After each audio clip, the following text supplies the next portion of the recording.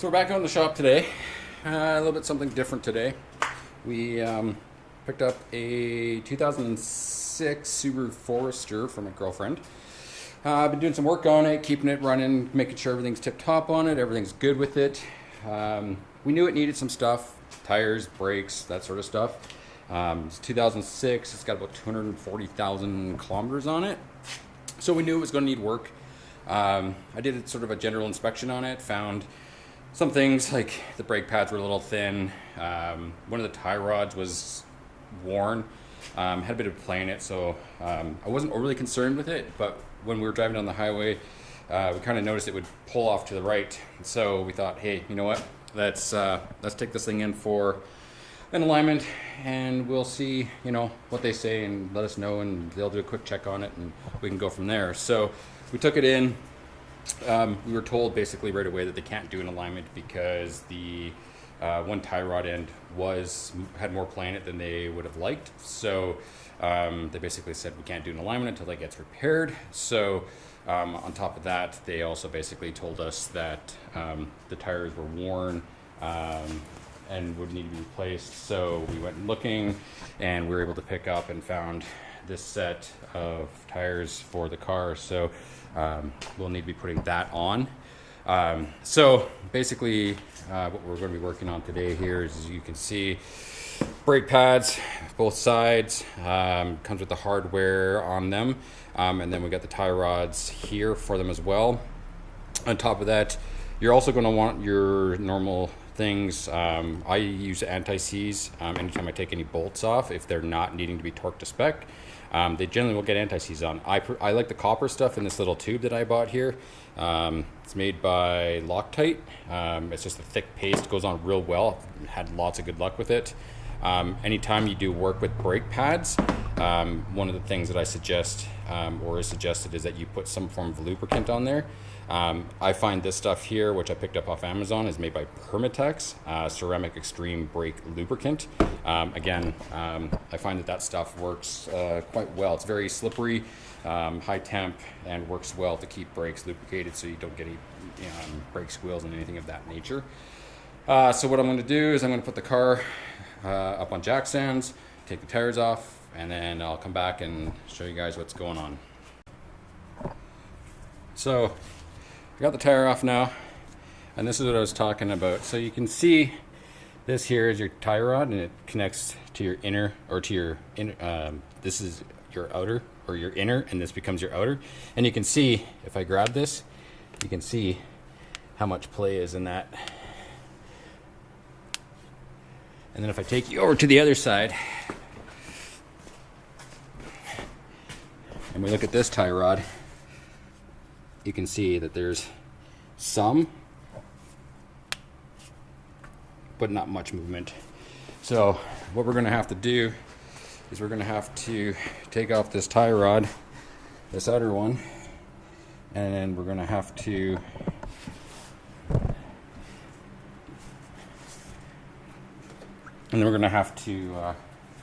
put the new one on. Before you move or take off a tie rod, what you want to do, so that you kind of know roughly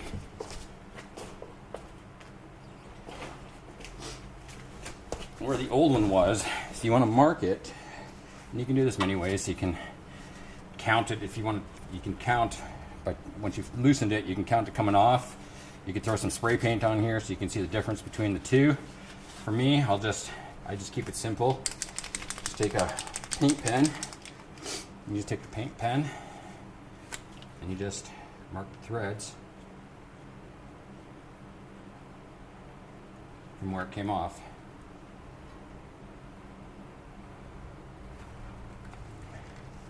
And then that way, I got a white line over here that shows me where it's coming from.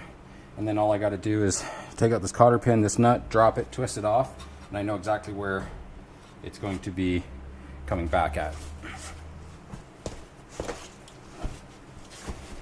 Sometimes these cotter pins can be a little tough to get out, so I find if you just take a pair of vice grips and you just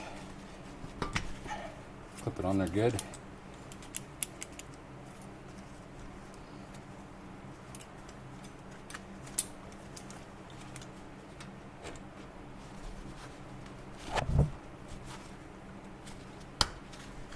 You can usually wiggle them out.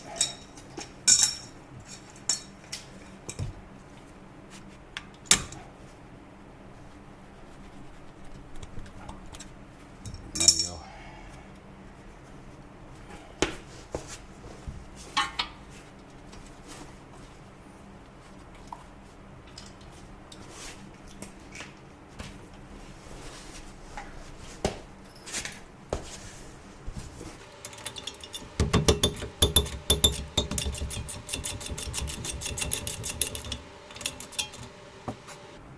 So what I like to do is when you loosen off this nut, don't take it all the way off, because if you leave it a little bit on there, when you whack the knuckle, it'll fall and then the nut catches it. For this, just grab your favorite hammer, big hammer, and just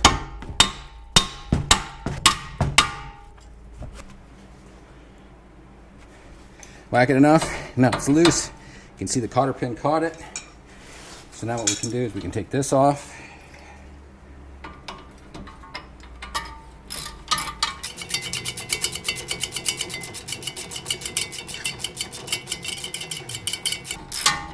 Unfortunately, it is spinning inside, so that makes things a little bit more of a challenge. So just whack it up, and I'll just take the nut off.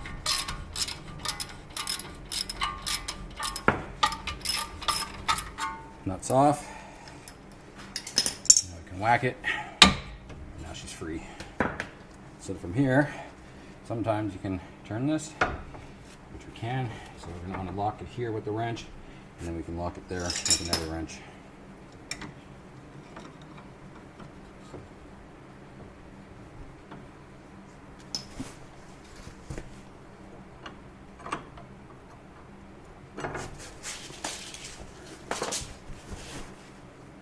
Now we get to see how crusty this is. It's not bad.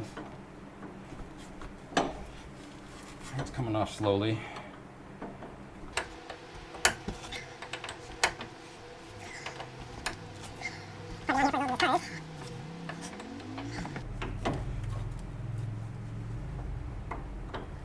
So what I'm probably going to do to help speed this up is I'm probably going to put some penetrating, I might either put some penetrating fluid on it or I might put some heat on it. I haven't decided yet.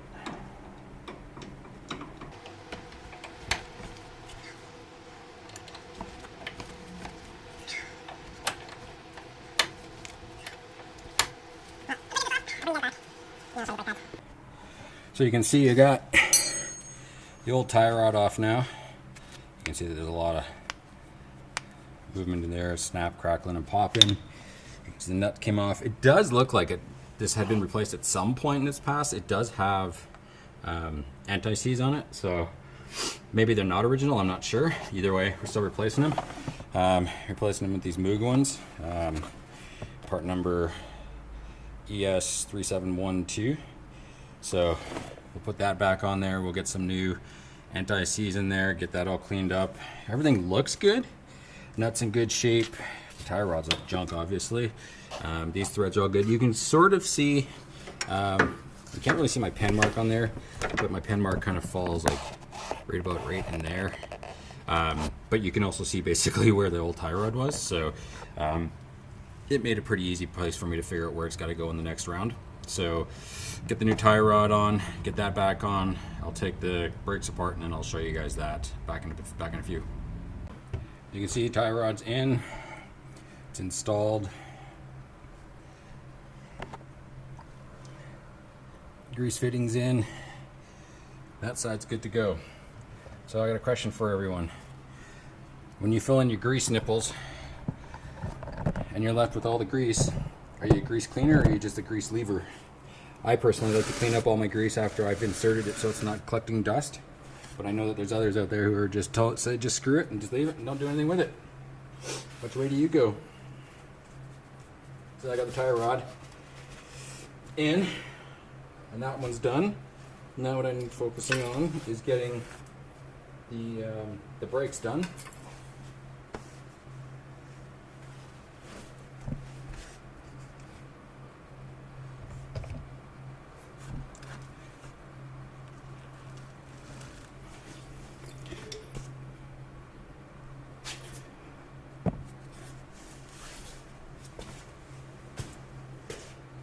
because I was already in here once before, all this stuff is pretty easy to take off.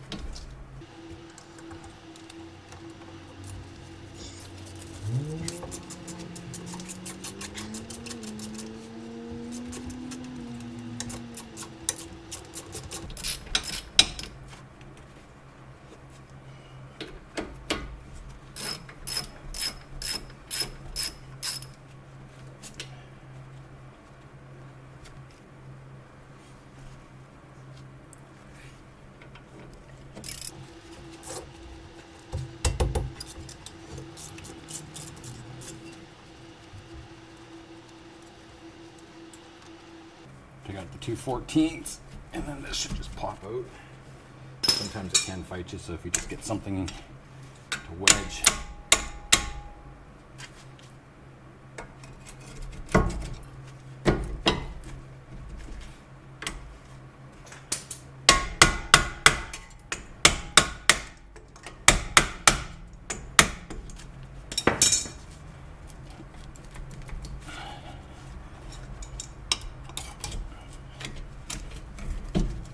There, stick this over the top. That won't go nowhere. So now, these are my pads here.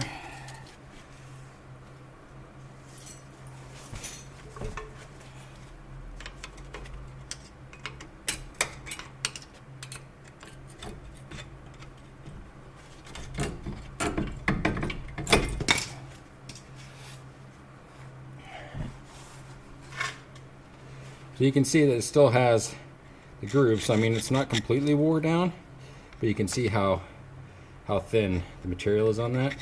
So it's usually a good time to replace them.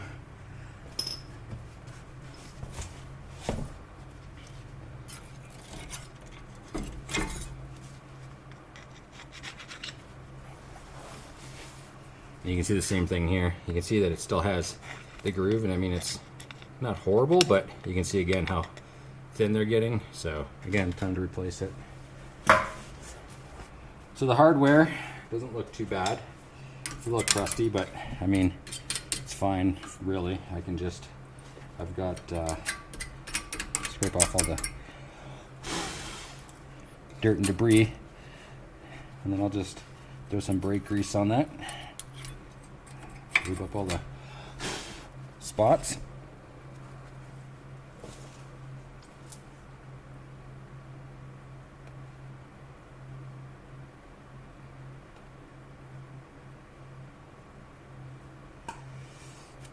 Goes on nice and purple.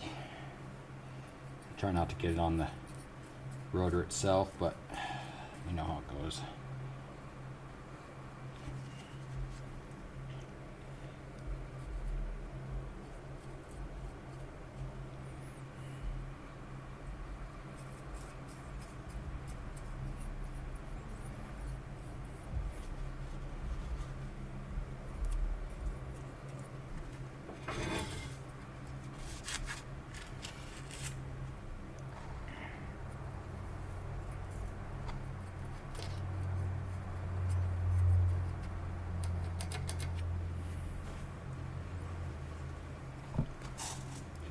Nuke brake pad, so you can see just how much deeper that groove is and how much thicker it is. So time to put it in. So for these, I'll just take a little bit of the brake grease and just throw it on the back and the ends a bit, and then just throw them in.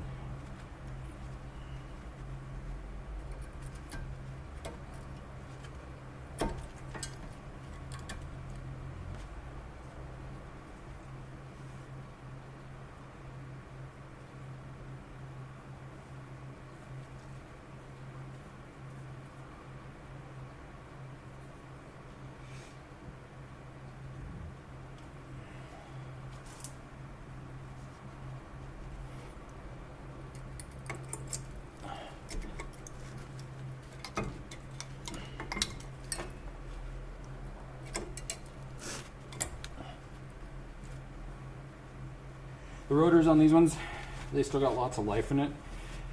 You can feel on the edge that there really isn't much of a lip on it, so I'm not overly concerned on the actual rotors.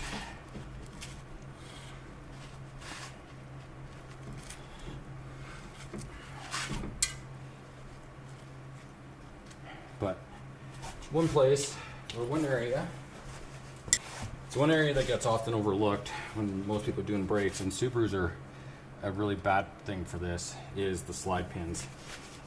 They, if you don't grease them, they can get seized, and then that will end up causing uneven wear across your rotors and stuff. And these ones are kind of stuck, so I can't really turn them, so that tells me that I might have a bit of an issue here.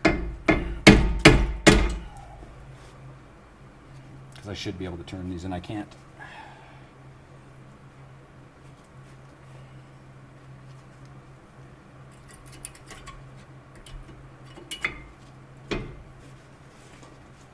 So what I usually do is just take a adjustable wrench.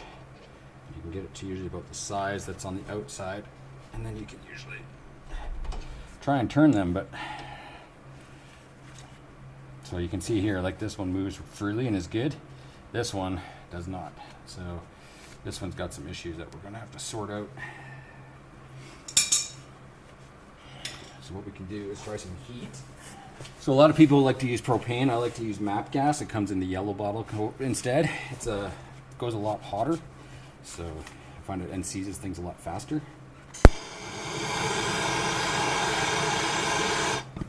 You don't want to heat it up too much because they do sometimes have O-rings and stuff on it, so just give it some slight temperature to it and then try wiggling it again.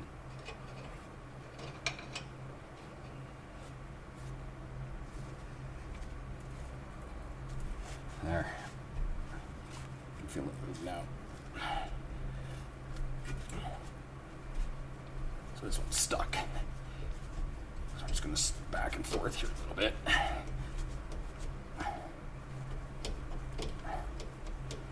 And this is pretty common on Subarus. I mean, it's common on other vehicles too, but you'll hear a lot of people have to replace the whole calipers sometimes on Subarus because they just get that seized.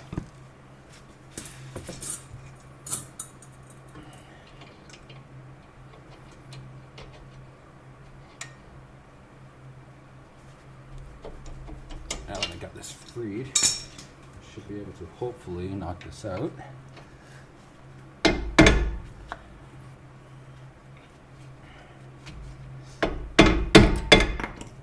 I think I can feel it. Just gonna take this brake pad off. I think it wants to keep jumping off.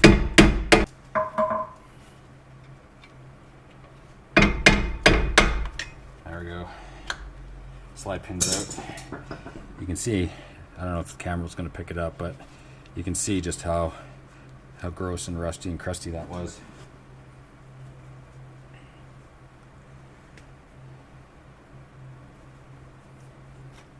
Just throw a bit of brake clean on it. And this is why it's extremely crucial that when you're doing brakes that you do all these little things, these little checks. Check your slide pins. Check your brake hardware. So we'll just stick it back inside here. So it's pretty gummed up in there, so take off this little boot. Yeah, you can see on the end here how gross it is.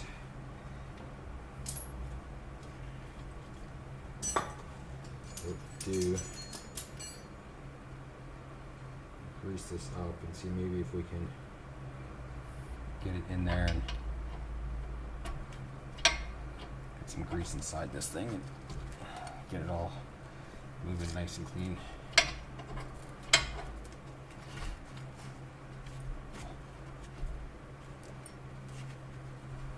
So you can see now it spins nice and freely.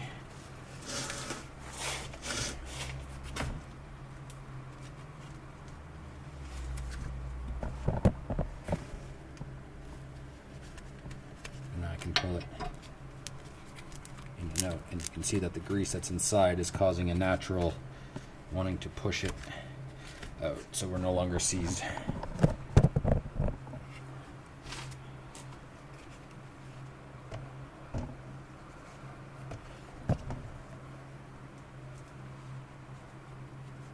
Spins in and out. So we can put our rubber boot back on this one. Just throw some grease on the end of this. Push it into it. Just throw some grease on this. Stick it back in its hole, and then you can usually just push and twist and just put the rubber boot back on for you. Now you can see it comes out and easy.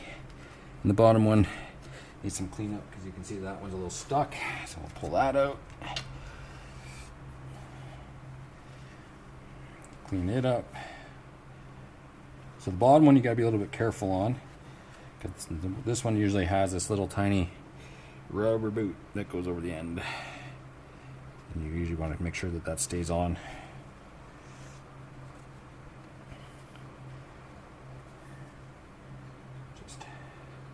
Loop this one up nice and good. Stick it back in the hole. Same thing. Should be able to move it back and forth good. Spin around.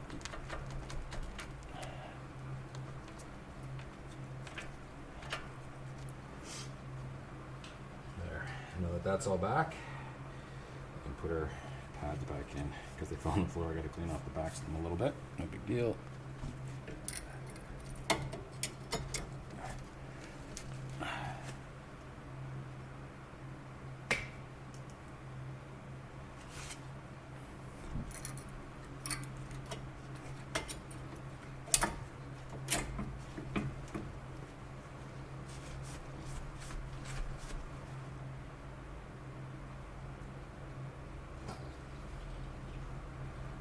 Goop on there.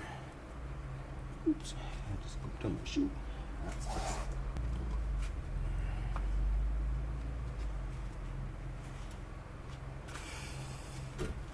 So caliper back over, stick it back on. Now what you'll normally find, or sometimes you'll find, is because the pads were so far down and there wasn't much meat on there, what you'll find is that you actually can't even put your caliper back on because of all the pistons have been extended. Caliper done, or slide pin, both good. Caliper's on, brakes are on. The one thing you'll have to take into consideration when you put on pads, when they're like considerably thicker than they were when you pulled them off, is that you're going to have to squeeze the pistons on your caliper back in because they're so used to being out so far. So just take your cap off your brake reservoir just to give it some room to breathe in case any fluid has to come back. But if you just squeeze your pistons enough, you'll be able to get them to move back far enough, and then you'll be able to get your caliper back on. This one was probably a good 1/8 of an inch to 1/4 of an inch out, so once I got the pistons pushed back, then I was good. So for now, this side is complete and everything's done. Everything spins nice and free. So basically from here I'm going to do the same on the other side. And once I've done the other side, I got those tires over there. A couple of them are a little low on air, so I'll have to fill them up with, take them out and run to the gas station, put some air in them, bring back, mount them on the front, and this side will be done, and then I'll have to do on the back. Once I have that all complete, I'll bring you guys back and finish up. All right, back in a bit. So a quick tip here. So this one, this outer tie rod and this inner tie rod on the looks like it may have been more of the original one. It was quite stuck. A little tip here, when you're putting in your new tie rods, if you notice where the hole is here, you'll see it's pointing this way towards the camera. That's not going to work beneficial when you put it up through your knuckle, because what's going to happen is when you try and put your cotter pin in, it's going to be difficult to try and get it, your cotter pin in. So a little trick that a lot of people may not necessarily know is if you take just take a pick or something, you can actually turn these.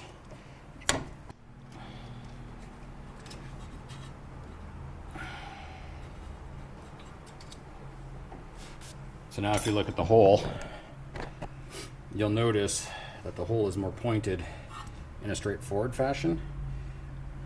So now when I put it inside the knuckle, it's going to be more of a front to back, and then it'll be easier for you to put your cotter pin in. Just a little tip if you're doing these to save yourself some headaches and some troubles. So just bringing you guys back here for a quick second. I'm on the left side of the vehicle now. So here you can see the big difference in the brake pads. So this one here you can see is almost dead, and you can see that there's no groove here, and this is the other side. You can see it's still a little bit of thickness, but still pretty thin, and you can see that there's that groove, but this tells me that this pad is also wearing unevenly, which usually means, again, that your slide pins, like you can see this one's a little stiff, doesn't move very freely. This one doesn't move too bad. This one's pretty stiff. So gonna clean all this stuff up and get this one back together too. Well, car's all done, brakes are done, tire rod's done, drives a lot better, steers a lot better. Forget how much fun these things are, especially when they start turning right. But here we are. This is the little Forester.